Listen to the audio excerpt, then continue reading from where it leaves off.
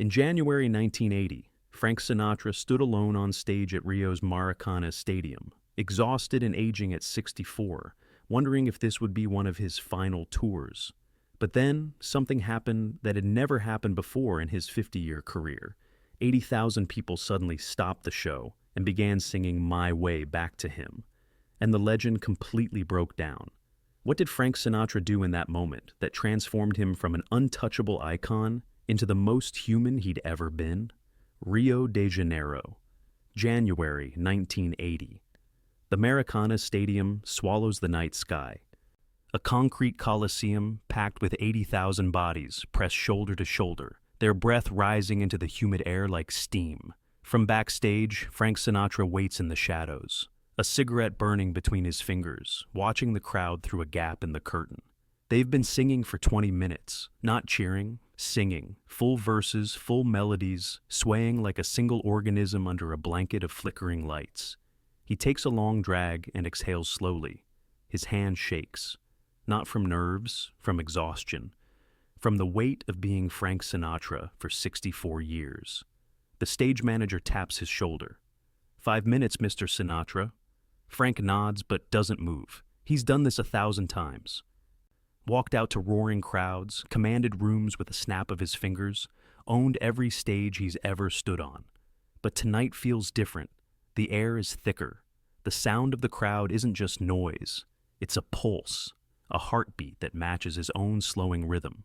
He stubs out the cigarette and adjusts his tuxedo jacket. The mirror across the room catches his reflection.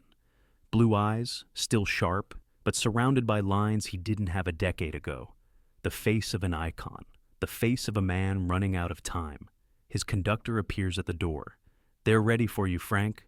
He turns, straightens his bow tie, and walks toward the light. The corridor stretches before him, dimly lit, the roar growing louder with each step. His shoes click against the concrete floor. Each step echoes. Each step brings him closer to what he's been both craving and dreading. The roar that greets him is deafening, a tidal wave of sound that crashes over the stage and rolls back into the night. He steps into the spotlight, raises one hand, and the crowd explodes. 80,000 voices screaming his name, every soul in the stadium on their feet. The lights are blinding, the heat is suffocating. But Frank remains there, taking it all in, letting the moment wash over him. But he doesn't smile, not yet. He grips the microphone stand, steadies himself, and looks out at the sea of faces. Row after row stretching into the darkness, flickering lighters held high like prayers, banners with his name scrawled in Portuguese, faces young and old, crying, laughing, singing, all here for him, all expecting the king, the chairman, old blue eyes. He's given them that persona for 50 years, and tonight he'll give it to them again. Because that's the deal, that's the job, that's what Frank Sinatra does. He opens his mouth, and the band kicks in behind him. The first notes ring out across the stadium. The show begins. And for a few bars, everything feels normal. Everything feels right. But deep down, beneath the performance, beneath the applause, Frank knows a moment is coming. One he can't control. One that will change everything. But beneath the tuxedo, beneath the swagger and the spotlight, he is tired. Not just tonight, for years now. His voice, once effortless and smooth as silk, now requires effort. There are notes he can't quite reach anymore, phrases where his breath runs short, moments where he has to adjust the key mid-song and hope no one notices. They always notice. The critics have been whispering for months. Past his prime. Should have retired after the last album. He's holding on too long. Frank hears every word, even when he pretends not to. Especially when he pretends not to. This South American tour was supposed to be a victory lap, a reminder to the world that he still had it. But standing here now, 2 songs into the set, he feels every one of his 64 years pressing down on his chest. His feet ache in his polished shoes. His throat is raw from cigarettes and endless rehearsals. The lights are too hot, the stage too big, the crowd too loud. He finishes a ballad and steps back from the microphone, waving to the audience as they applaud. The band transitions into the next number. Frank reaches for the glass of water on the piano. He trembles again. He drinks quickly, wipes his mouth, and sets the glass down before anyone sees. Before the show, his manager had cornered him in the dressing room. "Frank, they're here to see a legend. Give them the legend." As if it were that simple. As if he could just flip a switch and become the man he was in 1960. But Frank knows the truth. Legends don't age. Legends don't get tired. Legends don't stand backstage wondering if this is the last time. Men do. And tonight, Frank feels more like a man than a myth. His daughter Nancy had called him 2 days ago from Los Angeles. "Dad, you don't have to keep doing this. You've earned the right to rest." He'd laughed it off, told her he was fine, that he'd rest when he was dead.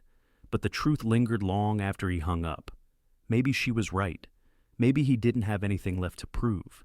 But if that was true, then why was he here? Why was he still chasing the applause, still craving the roar, still needing the validation of 80,000 strangers? The questions circle in his mind as he moves through the set list. He sings love songs and swing numbers, hits from the 40s and 50s, songs that built his empire. The crowd sings along to every word. They know him, they know his music, they know the myth. But do they know the man? Frank wonders if he even knows himself anymore. If the persona he's worn for so long has fused to his skin, become inseparable from who he really is. He's worn this name for so long that he's forgotten what it feels like to just be Frank. The band finishes the intro to the next song. Frank steps back to the microphone, ready to deliver another flawless performance, ready to give them what they came for. But then it happens. The unexpected, the unplanned, and everything changes. It begins with a single voice. The band holds the first chord, waiting for Frank's cue. But before he can open his mouth, a voice rises from somewhere deep in the crowd, a single voice singing the opening line of "My Way." Then another voice joins, then 10, then 100, then 1,000.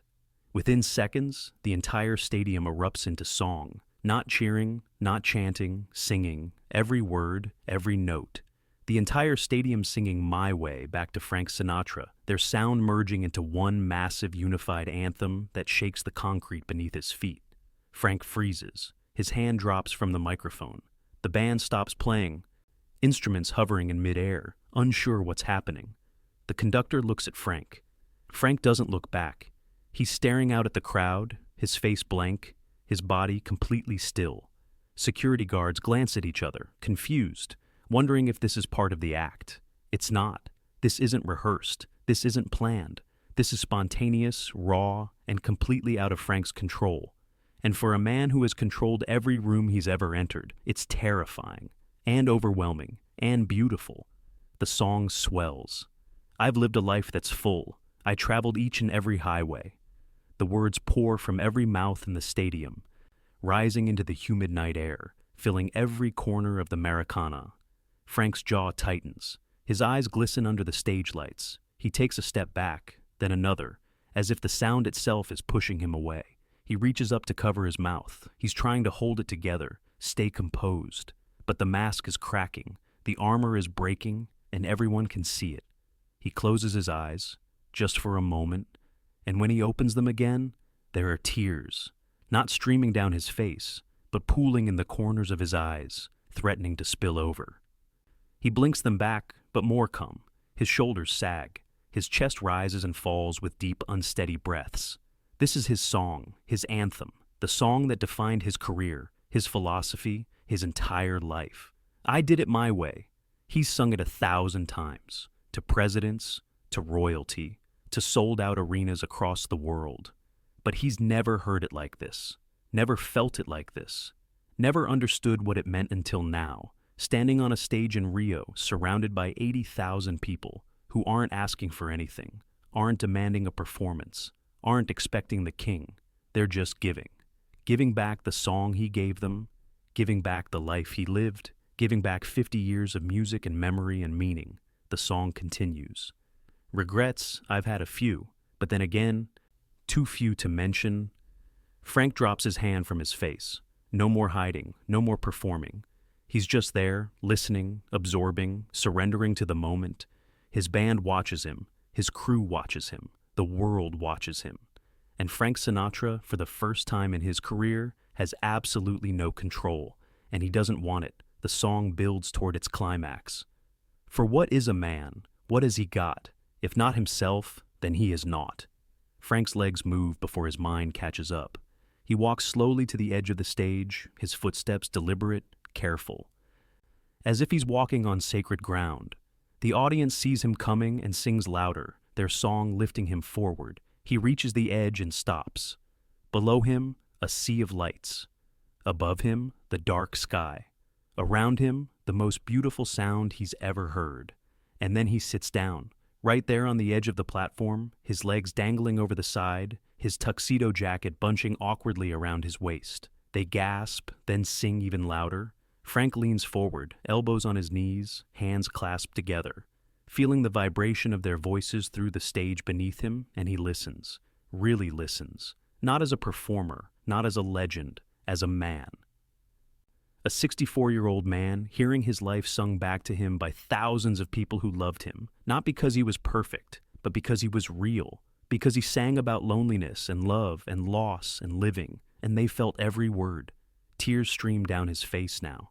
He doesn't wipe them away. He lets them fall. His shoulders shake. His breath hitches. He's crying in front of the entire stadium, and he doesn't care, because this isn't about being strong. This isn't about being the chairman or old Blue Eyes or any other persona he's built over 50 years. This is about being Frank, just Frank, and tonight, that's enough. The final note rings out. I did it my way. The stadium falls into silence. Not the polite silence of an audience waiting for the next song. The profound silence of a shared moment that no one wants to end. Frank sits there, head bowed, tears still falling, completely vulnerable. Then slowly he stands. He wipes his face, takes a deep breath, and steps back to the microphone. His voice is quiet, almost a whisper, but every person in the stadium hears him. I don't know what I did to deserve that, but thank you, thank you. The stadium erupts, not in applause, but in something deeper, something that sounds like love. Frank nods, waves, and steps back. The band starts the next song, but everything has changed. Frank sings differently now, softer, warmer, more present. He's not performing anymore, he's sharing. And the audience feels it. They feel him. When the concert ends, Frank walks off stage slowly, stopping to shake hands with his band, his crew, anyone within reach. Backstage, he collapses into a chair, still breathing hard, still processing what just happened. His conductor sits beside him in silence for a long moment. That was something, Frank? Frank nods, staring at nothing, a small smile playing at the corners of his mouth. That one, he says quietly. That's the one I'll never forget. Decades later, those who were there still tell the story. Not about the songs Frank sang that night, but about the night he stopped singing, the night thousands sang to him, the moment the legend became a man.